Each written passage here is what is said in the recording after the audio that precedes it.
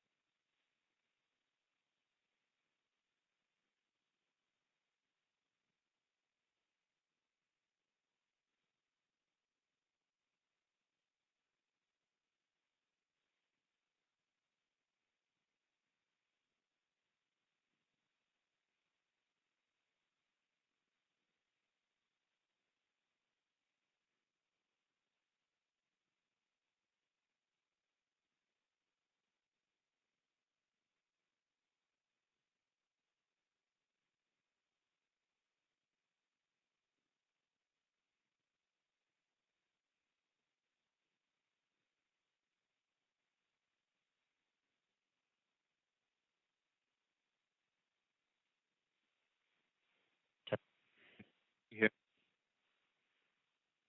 those online. Those online.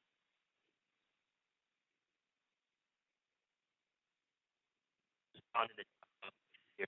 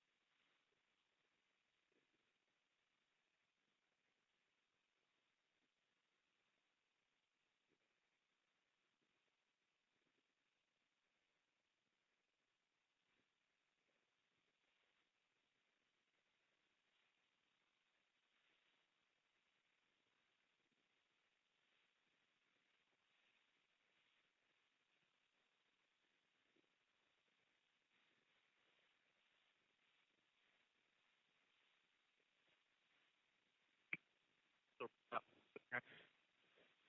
uh, just, okay. Yeah.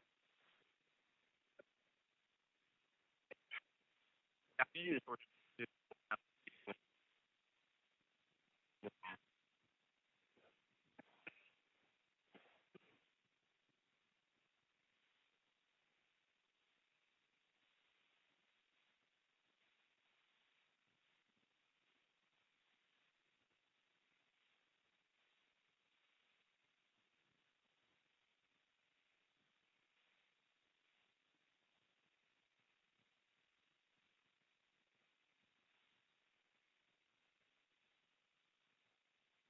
if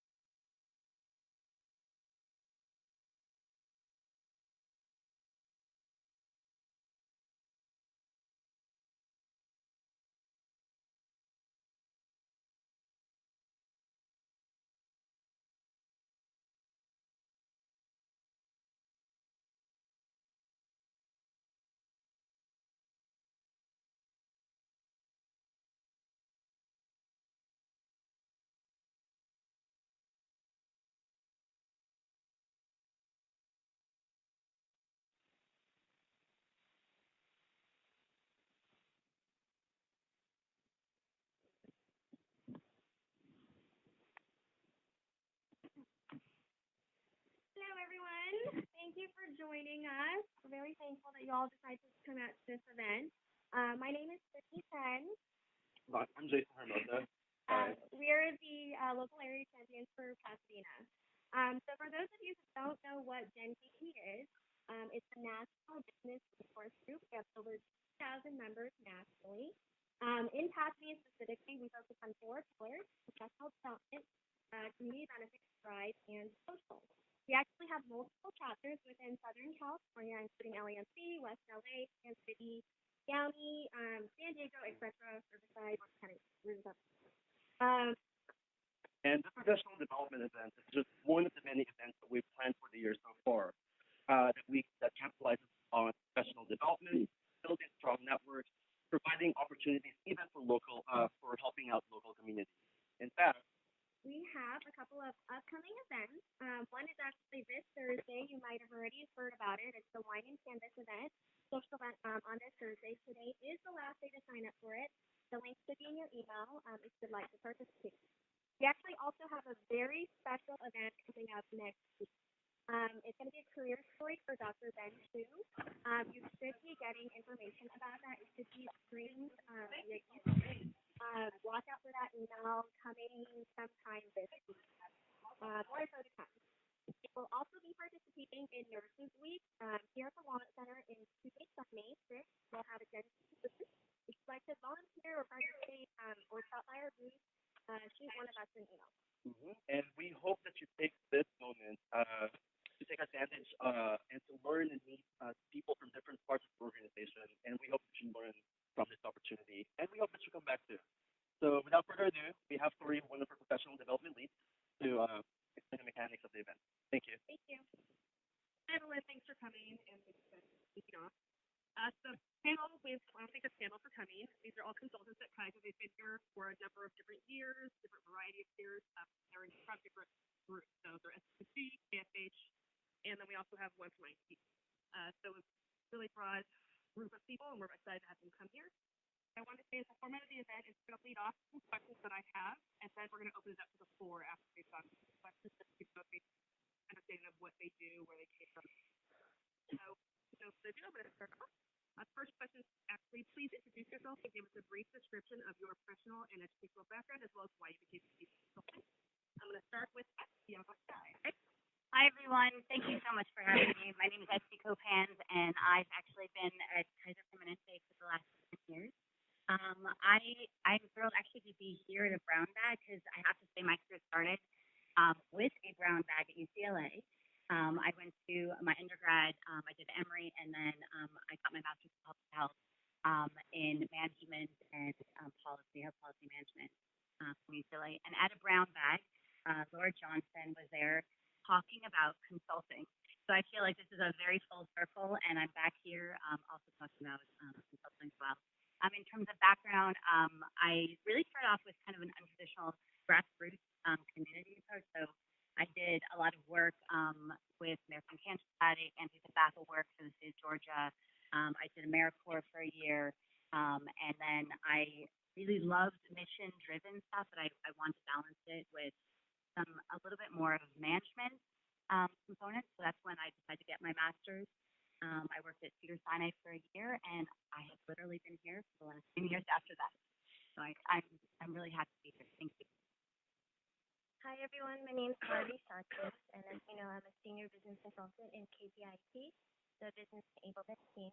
I started Kaiser in 2007 as a project coordinator, and then I heard about this team called Innovation.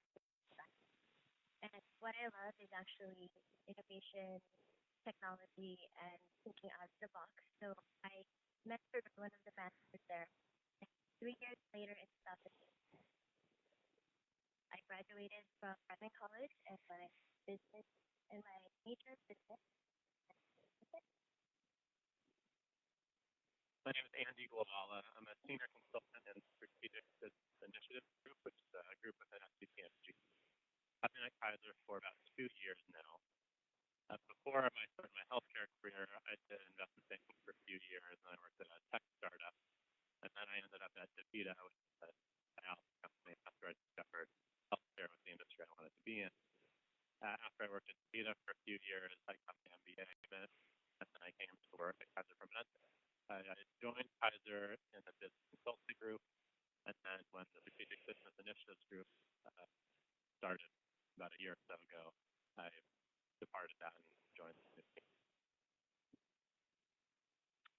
Hi, my name is Archer Rogers, and I am a senior consultant of the clinical operations support team for the hospital health plan side.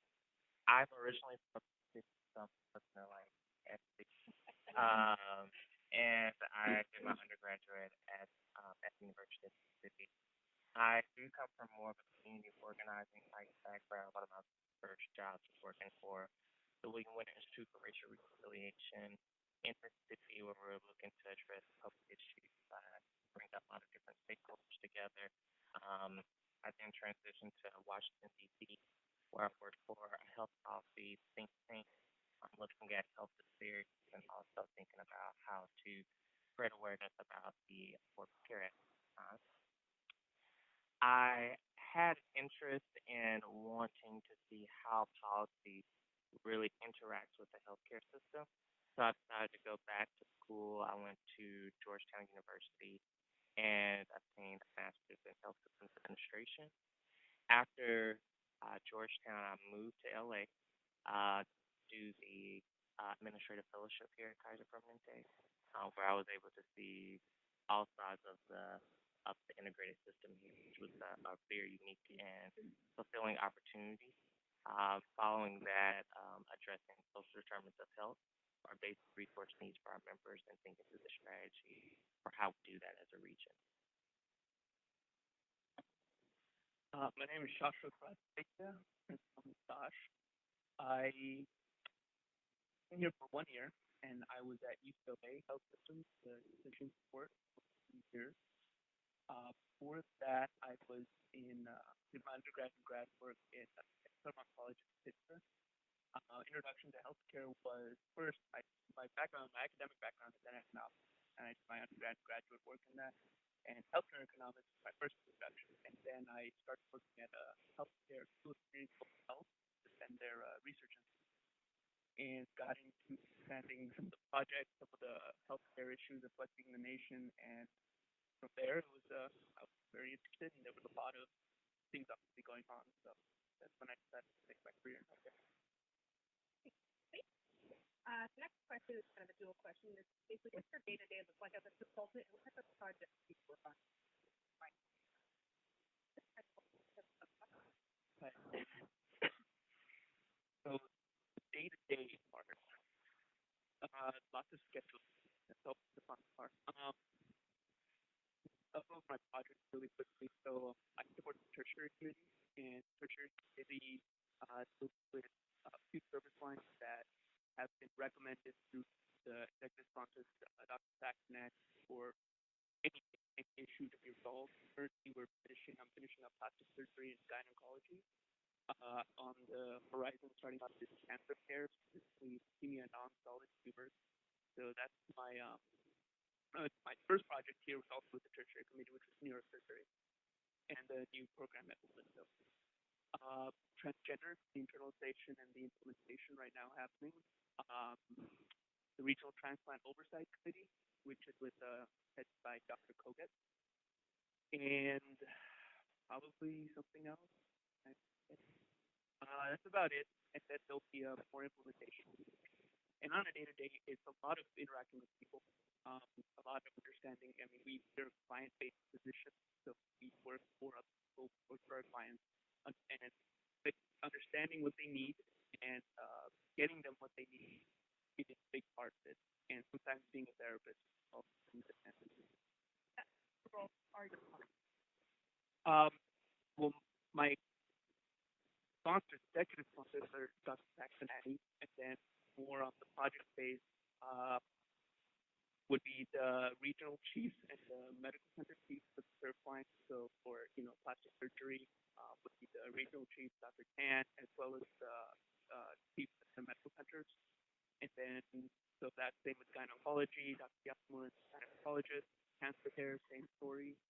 For transgender, it's a little bit more complicated because this is a brand new service that we're implementing, and the clients are everywhere. We're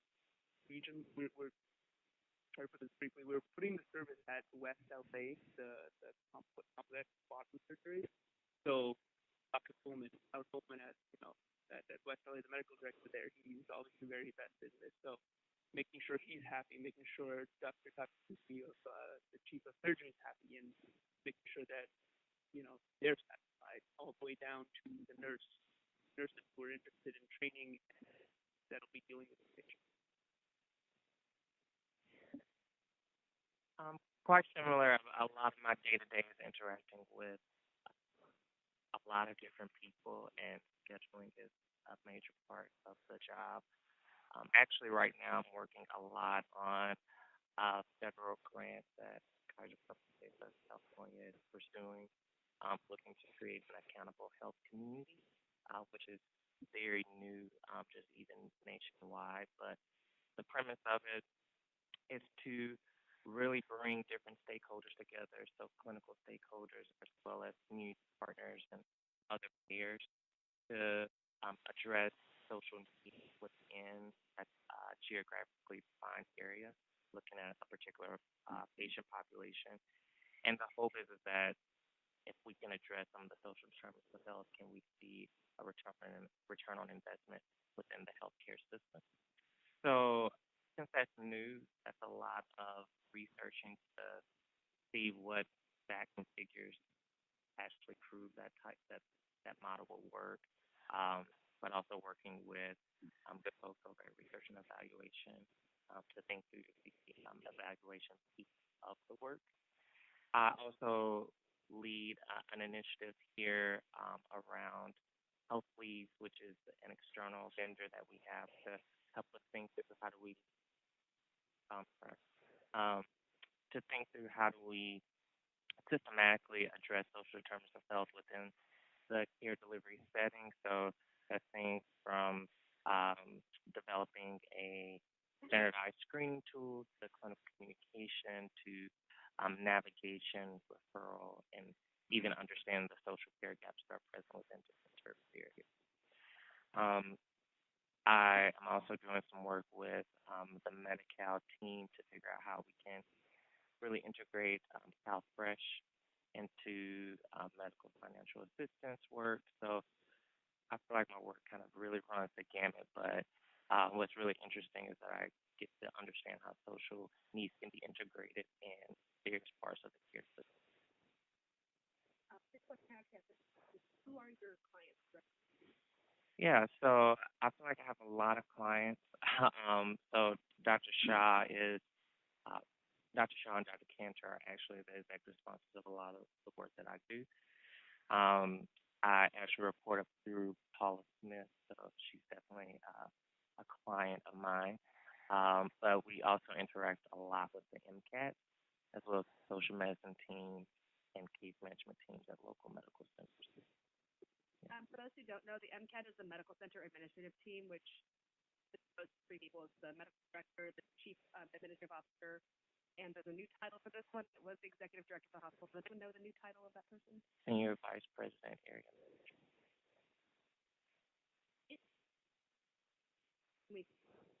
I'm going to talk about what our group does as a whole, since we're a slightly new group, and then I'll call out which of the projects I'm working on. So I work for Strategic Business Initiatives, which is a new team. We were founded about a year ago to report up to Peter Asmuth. And we are part of SCPMG, but we like to think that we're a little more entity agnostic. We work a lot with medical group leadership, but also health plan and program office. Our work is structured in kind of three different areas. We do new business development, we do a little bit of M&A, mergers and acquisitions work, and then we also do more classic executive consulting. So in the new business area, the most prominent project is the Target retail clinic work. Our team launched that last year, and we still are program managers. We are also working on a new business initiative, and this is one that I'm running or working on, to do oral health. We're thinking about how to bring a national dental or oral health offering to Kaiser Permanente. That's something I'm working very extensively on. In terms of the M&A work and kind of financial advisory, our group advised on the group health acquisition, and we're going to be involved with the integration of that into Kaiser Permanente. And we also do work with existing medical centers in existing regions. So our group is involved with the case of Georgia integration in Southern California, and we also advise some of the other specific areas of medical centers within Southern California. And then in terms of consulting to executives, I'll highlight one of the projects I work on. I'm working for Dr. Quam, who is a new executive over the lab system in Southern California, and I'm serving as his executive consultant. He is coming in to be a new senior leader over the lab, and my role is to help him prioritize, execute on projects, do change management, a variety of things. Yeah, I think that's about it. So I am. Oh, sorry. There's a lot of projects that I'm involved with. Comes to legacy, innovation, and also investment projects. One of the two projects that I can give you a background on that I've worked for is currently patients have to fill out a questionnaire on paper, and the staff had to manually put the responses into the health. And what we did for this project is now patients can actually fill out the questionnaire on an iPad or a tablet, and then we eliminate the manual process because now this staff interface health connect with sorry, which avoids any manual errors. Another project that I really loved was Mind Your Meds, and I worked closely with the vendors, doing mock-ups, doing wireframes. And what the physicians and the vendor and I was trying to figure out is what application can we come up with that will help hypertension patients to manage their medication. So we came up with Mind Your Meds, and people were actually using the application to my day-to-day is a lot. So it's attending meetings via WebEx or in person, a lot of collaborating, networking with business partners and physicians. Also doing site visits to medical offices buildings to understand their current process, so then I can then create future workflows and also help align the workflows together. I've also done user testing for applications that we create, making sure that this application, whether it be iOS, Android, that it has user functionalities and is user friendly. Going down the list in my head. Also, I do documentation, putting together documents to help uh, the projects deploy. I help put together the solutioning, all the requirements, and I think that's it. Sure. Sure. So the last 10 years, I had a lot of projects, and our typical projects lasted 6 months to a year. And what I call sexy and unsexy projects, we got the gamut. So, and there's only sexy or unsexy to me. So some projects range from, for instance, homeless discharge policy. That was to me a very sexy project in terms of the impact, how also the perception externally. And that's really looking at teams, making sure with cross-functional departments, we are all looking at the same thing from our own lenses and making sure we have coordination. So the project span the gamut from anything from records retention. So before we had Health Connect, we did have paper charts and we had storage and looking at the projections for how long we should keep the storage, what's the impact from research, if we destroy the records, what's the financial impact.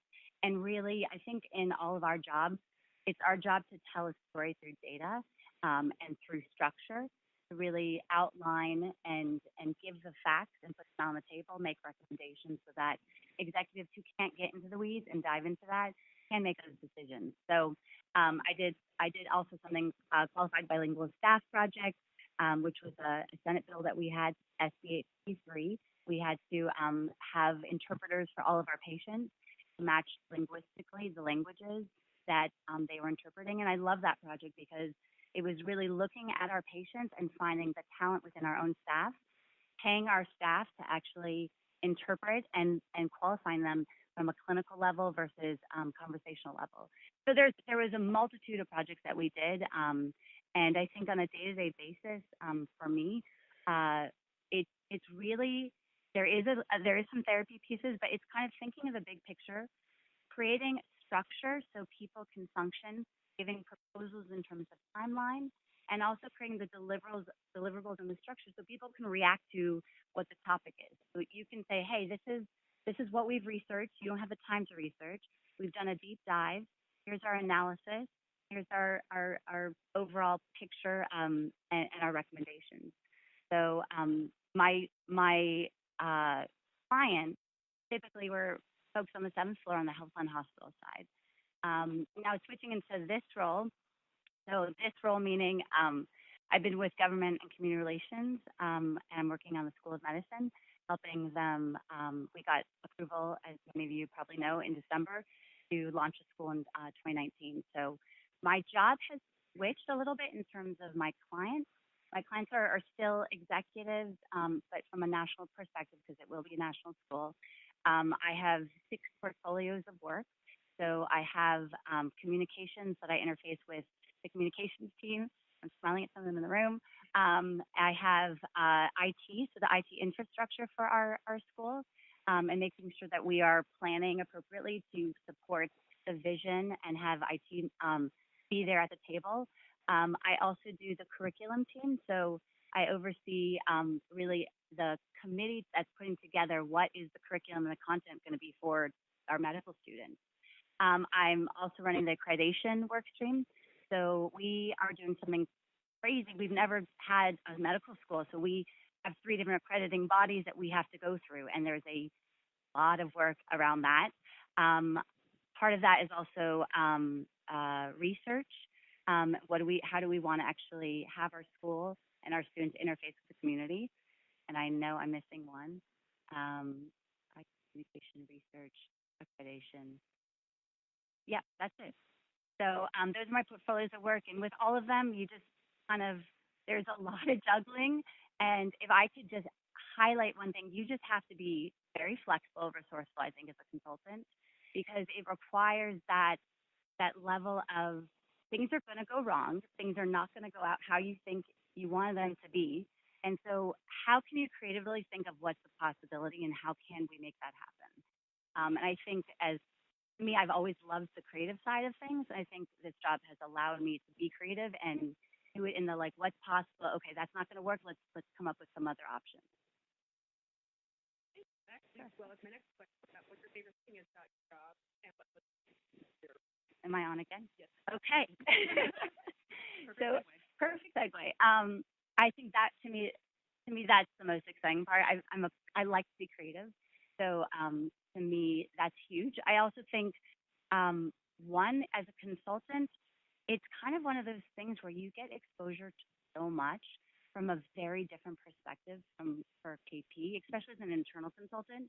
um, you get to see and work with so many different groups and so many different pieces of work. So I think from that perspective, it keeps things interesting.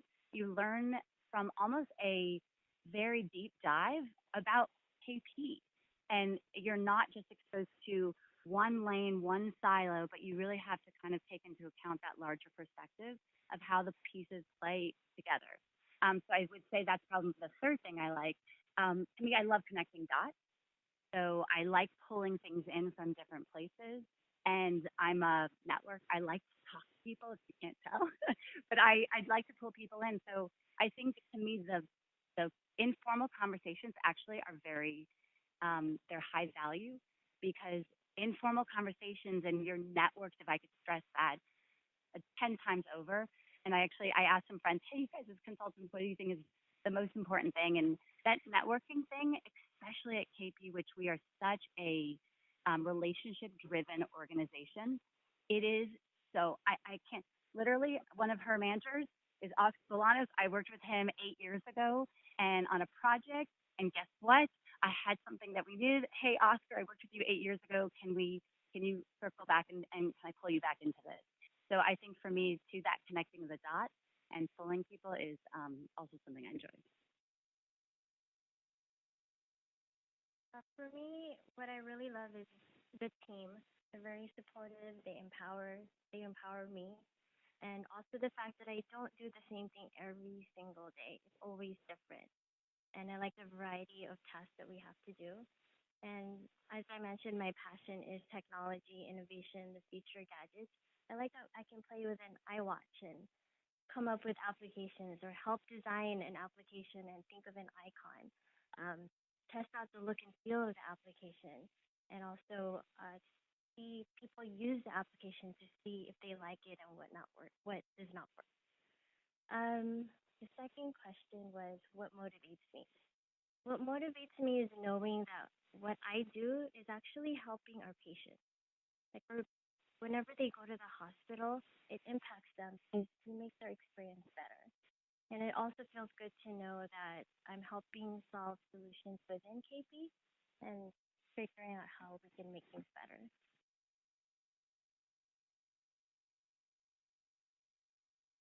So I agree with what both of you guys just said. Consulting is a good learning opportunity. I get to work with people from IT, health plan, all over. I'm learning all the time.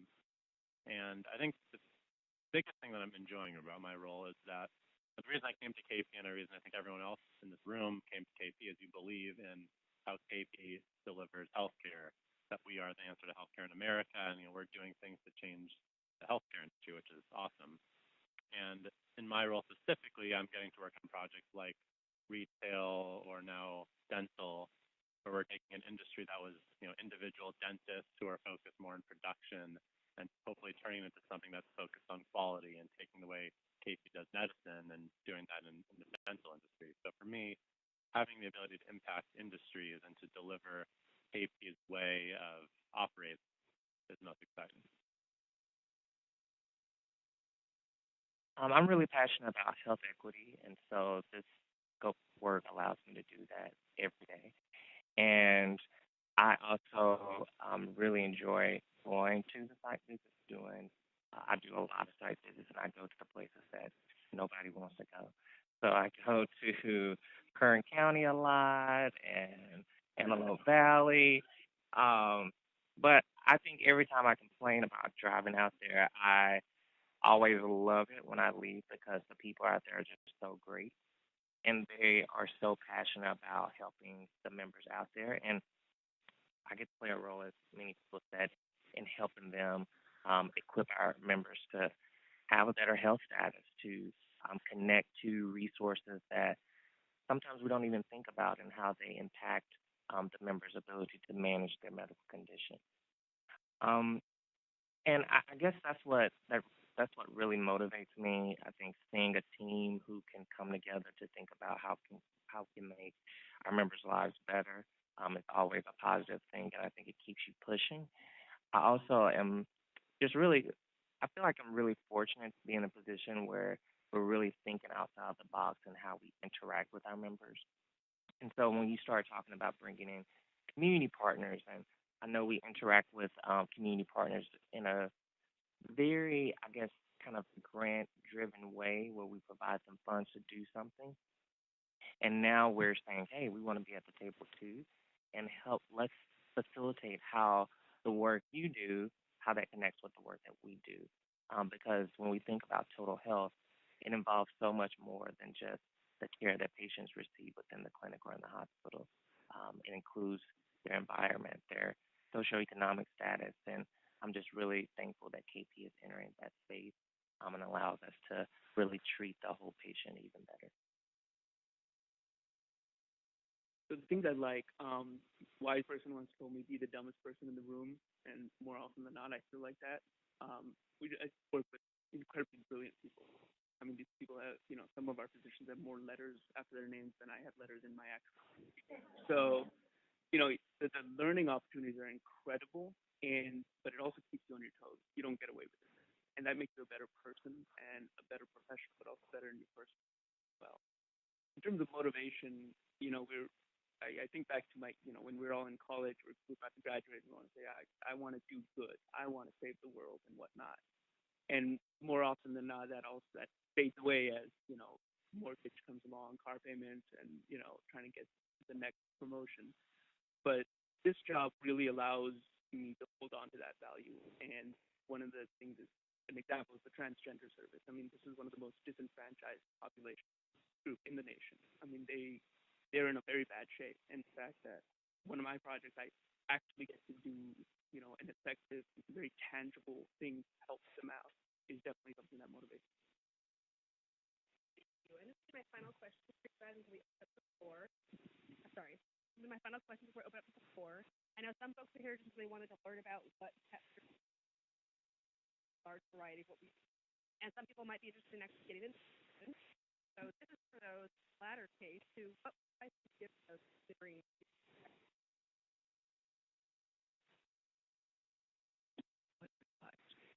Be comfortable with feeling stupid.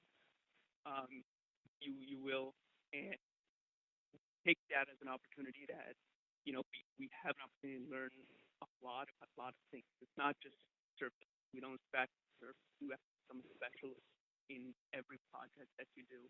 I I actually, for example, I was explaining to a general surgeon about a surgical process. So that's the level you have to become an expert at, and it's really, really amazing to learn just things you never thought of you would learn. So embrace that opportunity. So a big thing for me is empathy. I think a lot of times when you're at regional offices, I think just going through the fellowship, seeing the frontline staff, they have a very different viewpoint of what's going on than you do. And I think that that's something for you always to remember, and you want that perspective all the time. They're the ones who are going to make sure that what you're wanting to implement actually happens, no matter how many chiefs and executive directors you have in the room. The frontline staff is what makes it happen. And I think that's always important if you're going to be consultant in Kaiser Permanente to remember that. Um, I probably answered that question wrong about who are my clients. I guess it's the frontline staff. But I think that's always really important. And make sure that you get in front of them. I think a lot of times it's easy for us when we're in Pasadena to do the WebEx and I think that that can be really effective. But it's so much more enlightening when you go to the medical center and see the body language. You can tell when you propose something that's just terrible. So, I think being able that helps you be able to read the room and also helps you when you look at doing another project. You can pick up on what works, what doesn't work. So I think it's really good to be empathetic to the frontline staff because they're the ones who's delivering the care to the patient.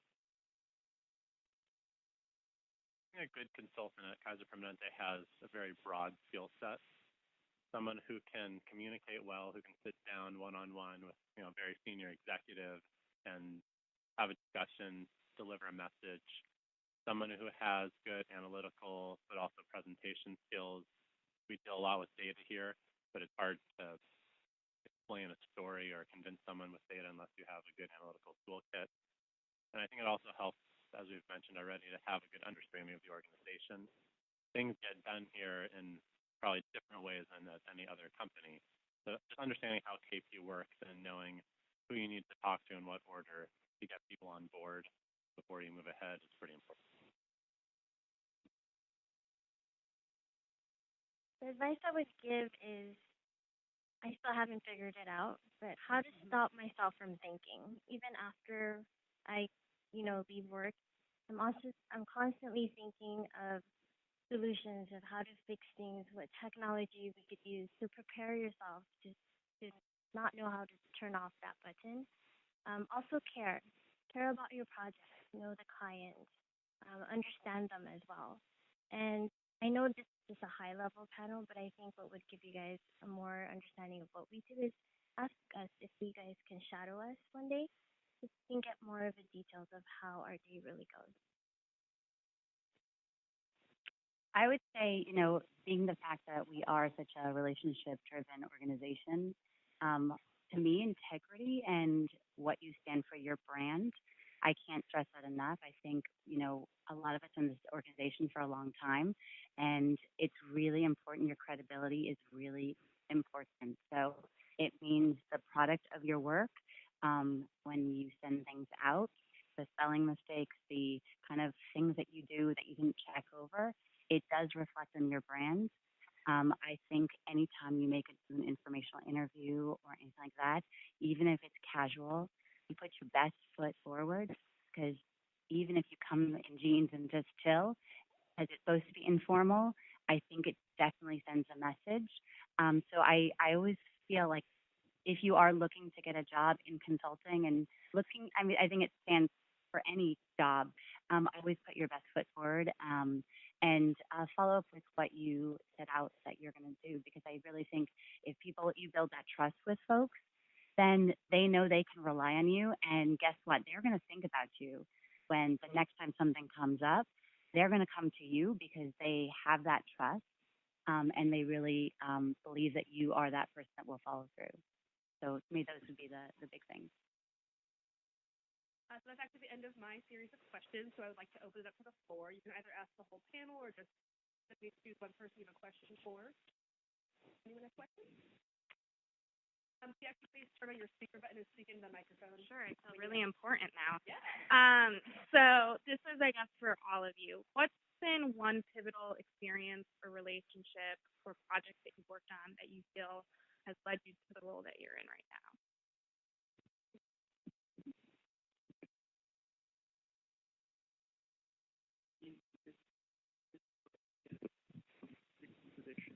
Yeah, so where you are now. I mean, I think a lot of you, when you introduced yourselves, had some really varied work experiences. And so just wondering what you kind of was the last stepping stone to help you get where you are today. For me, it started, I would say, and I hope I'm answering your question correctly, but it was, I studied developmental economics, and that really, I had a very passionate about kind of understanding development, which is basically why poor people are poor, and how to make and why the rich are rich, and what's happening economically in our socioeconomic system, and understanding the magnitude of the importance of health and just having a healthy person live their life and the importance of that. It was a slow build. Then when I got lucky that I got a position at my grad school, the research institute for school community hotels, gotten even closer to that. One of the bigger programs that they had was a smoking cessation research study. And just looking at some of the metrics on that, it was clear to me that, like I mentioned earlier, in that early age, you want to be able to make a difference somewhere and realize that I might actually be able to, maybe not change the world, but maybe make a little dent here and there.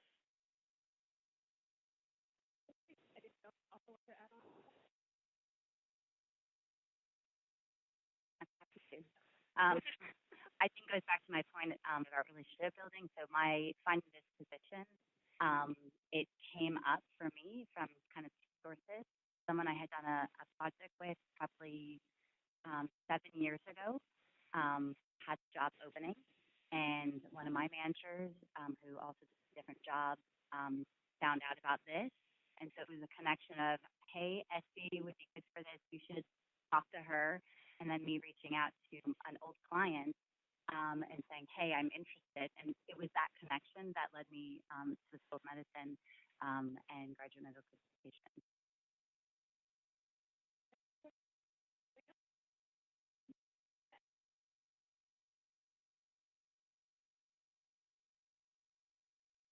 So first, thank you to all five of you for taking the time to speak to everyone here today. I know that a lot of the questions have been around consulting, yes or no, or what do you like about consulting? My question is around how you got to where you are. So all of you are in a senior level role within the space, and all of you seem to display the great, soft skills that one needs. So I wrote down some words. You guys talked about empathy and communication and humility, which is all great, and also on the functional aspects of your role. All of you seem to be in front of senior level clients and definitely seem to be making an impact. What advice do you have for someone who wants to enter this field, given that the educational experience? I see MBAs, I see MAs, I see MSs. How has that road led you to where you are today? Would you have made a different decision? And if so, what would that have been, given that all of you have similar levels of responsibility, or maybe I'm completely wrong and the levels of responsibility each of you have are different given the background that you bring.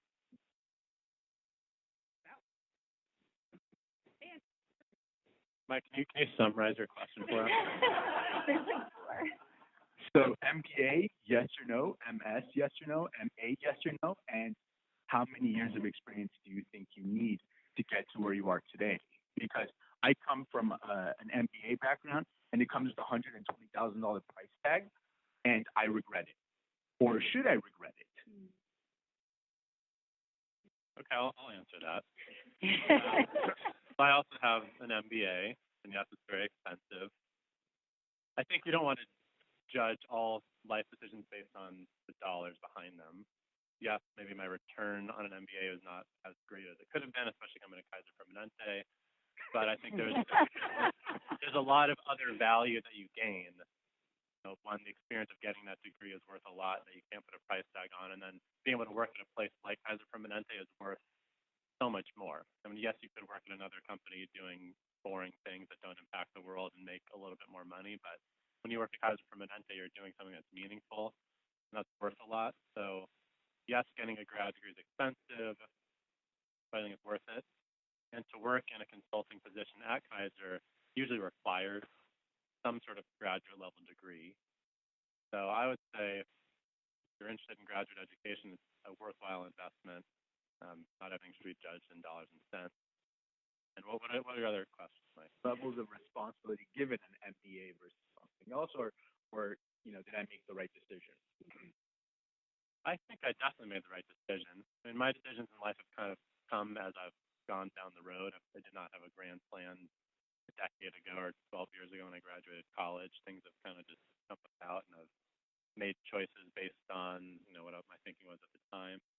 I think to be a good consultant at Kaiser, you do need experience. It's hard to just go to school, get a graduate degree, and not work, and then jump in to be a consultant at Kaiser. So either you need to have 4 or 5 years of experience here in a different role or experience at other companies, just to build skill sets to understand how the world works, how you interact with people, how to get work done effectively.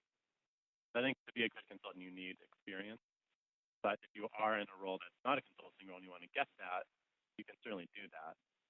It's about being proactive, talking to your manager, getting assignments that would have more senior level exposure, and just being open that you want to have a role like this. Because most jobs that are at Kaiser Permanente are filled by people who are already at Kaiser Permanente. So if you're here, you have probably the best opportunity to get a consulting role or something different. And it's just about networking, and like Esty said, her old manager put her in touch with the new manager, and now she has the job. So just being out there, doing good work at your current role, that will get you noticed. And then if people know you're looking for something else, they will naturally just put you in those positions. So do a good job and get out there. I mean, just to add to that, one thing I have noticed though is that there are certain folks, not just at Kaiser anywhere, that will judge far too much based on what letter, what grad degree, whether it's an MBA. You'll be dismissed if you don't have an MBA, if you just have an MS or an MA. And so, do what you love, and that doesn't limit you. If you want to be somewhere, don't think of what would they want to see, but what looks good on the best resume. Do what you love to do, and that would be the best path in my experience. I totally agree with that. I'm pretty strategic when it comes to projects, but not as strategic when it comes to like life plans. So when I was going to school, I wasn't thinking about, I don't know. I chose to do a fellowship because I didn't know what I wanted to do. And I do really believe that if you actually just do what you're passionate about, doors will open for you. And I know that sounds really corny, but I really believe in that. I was an administrative fellow. I remember actually going to a conference with Dr. Shah, who's now a person that I report to. And I was his administrative fellow at the time, and we went to a conference and we saw individuals who were thinking through technologies, and I'm not an IT person at all, around connecting patients to resources. And there was this guy who got up, and I was just fascinated by his presentation. I was like, I want to meet that guy. And Dr. Shaw, who's a lot bolder than I am, was like, yeah, just go up and talk to him. And so I went and talked to him, and he had a presentation for Kaiser Permanente, and we actually didn't end up working with that company, but it led to just a better understanding of what Dr. Shaw knew that I wanted to do. So he saw that I got really interested in social determinants of health, health equity, and could talk about it for hours upon hours. And so a lot of the projects that I was working on was actually away from that. And as he started understanding my interests, my project started to narrow into more of what I'm doing now. And yeah, I really just think that being open and honest about what you want to do, and not really sometimes not thinking about the career trajectory. I think that will come. And I think sometimes you have to just be patient for the right opportunity. Okay, I'm gonna be vulnerable, and this is something that was always afraid to say it, but I'm gonna say it right now. I don't have a degree. I'm here where I'm at because of the experience that I do every day. My passion was technology, gadgets, and I know I keep saying it. But when I heard about this team that focused on it, I was determined. And what I did was, if I didn't understand something that was technical, I researched it, I Googled it. And since what you had said, do what you love to do, and that's what I love to do, and that's what really pushed me. And this is why I'm here, because I do take the time to research things that I don't understand. I know I don't have a degree, and it's something that I'm embarrassed of, but I am proud that I got here because I did do my best, and even now, there's no ending to me learning. I'm always learning every day, and if I don't know something, I search it. I ask people to help me out, and yeah. All right, are we cognizant of people's time? I know it's almost 1. So I think we have to end at 4, but I think they'd all be chatting by 4. If they can't stay for the next half hour, then I'll but I want to thank everyone actually for coming. Thank you all. It was great. I hope you guys enjoyed the panel. We're going to send out a survey tomorrow for Thanksgiving, and there will be some 15 bags that will be raffled off if you actually help us, about our future events and fix us. And then this has also been recorded, so if you want to look back now, the recording will put that out. Yeah, I just really want to thank all the panelists. Thank you so much for your time, and really special thanks to Tori and Todd for planning this great event, and thank you all of you for coming out and participating in this event. Thank you. So we do have the room until 2, so if you want to hang out, people what they say you're supposed to do. Please feel free, and the web recording will end right now. Thank you.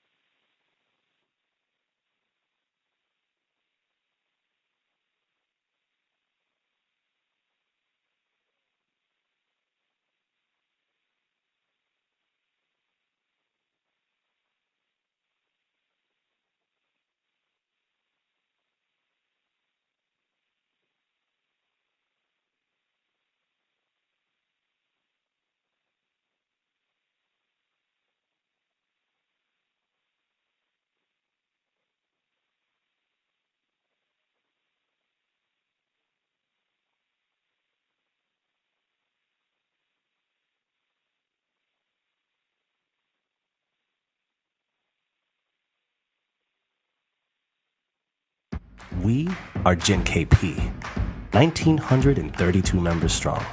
You've seen us chatting with Kaiser leaders, giving back to the community, working out and thriving, and just having, fun. Our mission is simple: to inspire and empower KP employees using programs and events to forge your path as a rising leader in Kaiser. How? Because we're all over the country. Literally. SCal, InCal, Mid-Atlantic, Northwest, Colorado. Did we miss anyone? Oh yeah, Hawaii. We're consultants, admins, researchers, managers, young, old, Latino, Asian, black, white, blue. Wait, what? But seriously, it's not our race and age that bring us together. It's our minds. We're forward-thinking, trailblazers bursting with great ideas. We are the future leaders of Kaiser, and now is our time to shine, to make an impact at KP, to meet the important people who can help you, and to make some great friends along the way. So, what will your genKP story be? We are genKP.